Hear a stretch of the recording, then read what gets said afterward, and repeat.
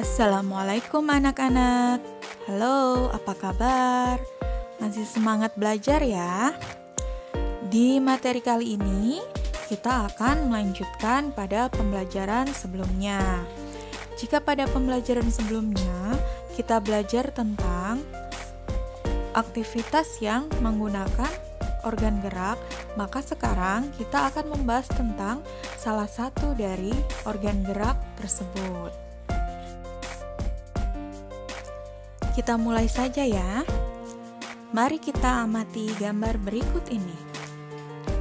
Yang pertama, kegiatan yang nampak pada gambar di samping adalah, ayo, apa anak-anak? Ya, benar. Bermain bola. Yang kedua, kegiatan di samping termasuk permainan yang menggunakan apa? Menggunakan organ gerak kaki.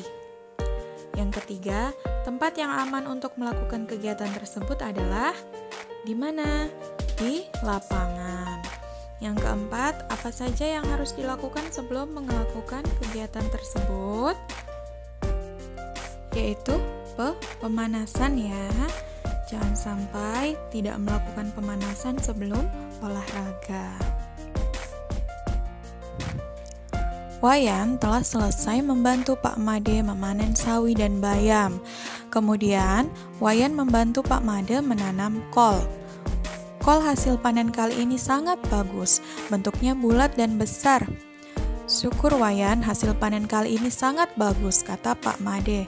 Betul sekali Pak, bentuk kol bulat seperti bola. Saya seperti ingin menendangnya, canda Wayan. Wah, bisa saja kamu Wayan, sahut Pak Made. Kamu senang bermain bola ya? Tanya Pak Made.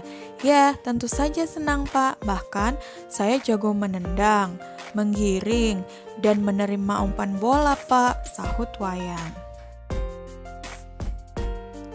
Permainan sepak bola memerlukan banyak gerakan, seperti berjalan, berlari, menendang, dan melempar. Saat bermain sepak bola, hampir semua bagian tubuh aktif.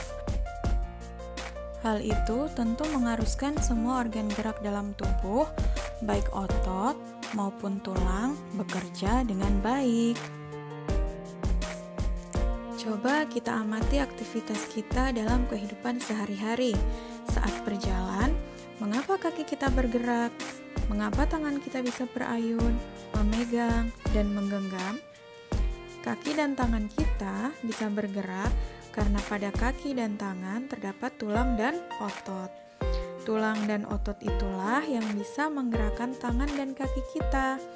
Tulang dan otot merupakan alat gerak. Tentu kalian masih ingat bukan bahwa alat gerak manusia itu ada dua. Ada alat gerak aktif dan alat gerak pasif. Alat gerak aktif yaitu otot dan alat gerak pasif yaitu tulang. Kedua alat gerak ini akan bekerja sama dalam melakukan pergerakan sehingga membentuk suatu sistem yang disebut dengan sistem gerak. Sekarang, mari kita amati berbagai tulang penyusun tubuh manusia berikut atau yang kita kenal dengan rangka. Rangka adalah susunan teratur dari tulang-tulang. Fungsi rangka: 1. Sebagai alat gerak pasif. 2. Menegakkan tubuh. 3. Tempat melekatnya otot. 4. Melindungi organ vital. Rangka manusia dibagi menjadi 3. Yang pertama, rangka kepala. Yang kedua, rangka badan. Dan yang ketiga, rangka anggota gerak. Yang pertama adalah rangka kepala manusia. Rangka kepala terdiri dari banyak tulang, diantaranya tulang ubun-ubun, tulang kepala belakang, tulang pelipis, tulang dahi, tulang hidung, tulang sekat hidung, tulang mata, tulang rahang atas, dan juga tulang rahang bawah. Fungsi rangka kepala diantaranya: yang pertama, melindungi organ vital seperti mata dan otak. Yang kedua, memberi bentuk pada wajah. Dan yang ketiga, membantu ketika makan dan berbicara. Yang kedua adalah rangka badan. Rangka badan itu sendiri terdiri atas 4 bagian. Yang pertama, ada ruas tulang belakang. Yang kedua, ada tulang dada dan rusuk. Yang ketiga, tulang gelang panggul. Dan yang keempat, tulang bahu. Di ruas tulang belakang, itu ada 7 ruas tulang leher, 12 ruas tulang punggung, 5 ruas tulang punggung, 5 ruas tulang kelangkang, dan 4 ruas tulang ekor. Di tulang dada dan rusuk ada 3 ruas tulang rusuk palsu, 2 ruas tulang rusuk melayang, tulang dada taju pedang, tulang dada padan, tulang dada hulu, dan tulang rusuk pertama. Di tulang gelang panggul ada tulang usus, tulang kemaluan, dan juga ada tulang duduk. Sementara di tulang bahu ada tulang selangka, tulang belikat, dan juga tulang lengan. Yang ketiga adalah rangka anggota gerak. Juga terdiri dari 2 bagian. Ada rangka anggota gerak bagian atas berupa tangan dan juga rangka anggota gerak bagian bawah berupa kaki. Di tubuh manusia, khususnya tangan dan kaki, terdiri atas beberapa tulang. Di tangan ada tulang lengan atas, tulang hasta, tulang pengumpil. Di kaki ada tulang selangka, tempurung lutut, tulang betis, tulang kering, tulang pergelangan kaki, tulang telapak kaki, juga tulang jari kaki. Nah, seperti ini ya yang terlihat dari rangka kepala, rangka badan, dan juga rangka anggota gerak. Nah, anak-anak, kita telah mempelajari tulang sebagai penyusun organ gerak manusia. Sekarang, kita akan belajar tentang tulang dan fungsinya. Di sini ada beberapa nama tulang dan juga fungsinya. Salah satu contoh ada tulang hasta, berfungsi untuk mendukung lengan bawah dan memungkinkan untuk bergerak. Yang kedua ada tulang atas sebagai tempat menempel otot utama yang menggerakkan bahu dan siku. Yang ketiga, tulang pengumpil sebagai tempat pelekatan otot untuk menggerakkan lengan dan tangan, pemberi struktur dan penyusun lengan bawah. Yang keempat, tulang pergelangan tangan berfungsi sebagai penghubung antara telapak tangan dan tulang lengan bawah. Nah, untuk fungsi tulang selanjutnya, silakan kalian isi ya. Silahkan tulis di buku tulis atau di buku latihan kalian. Untuk memudahkan pekerjaan kalian, kalian boleh mencari di buku referensi kalian, di buku-buku yang kalian punya, oke?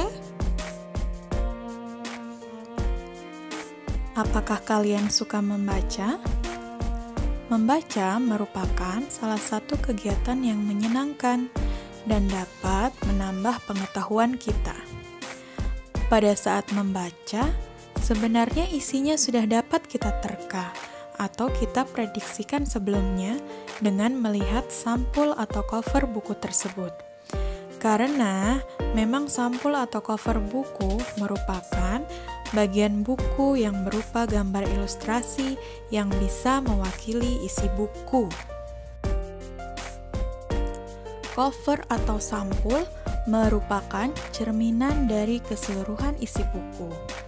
Cover atau sampul merupakan bagian terluar dari buku yang terdiri atas 2 sisi, yaitu sisi depan dan sisi belakang.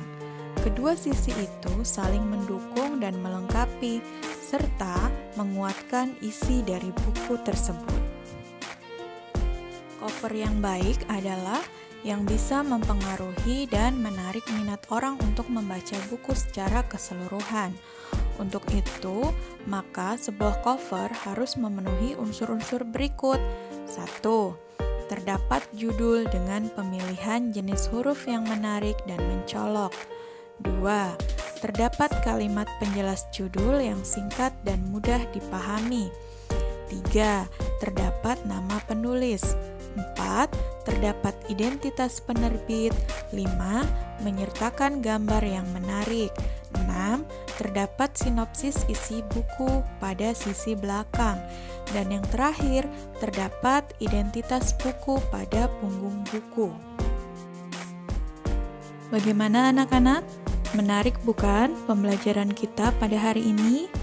Kita sudah belajar tentang rangka manusia.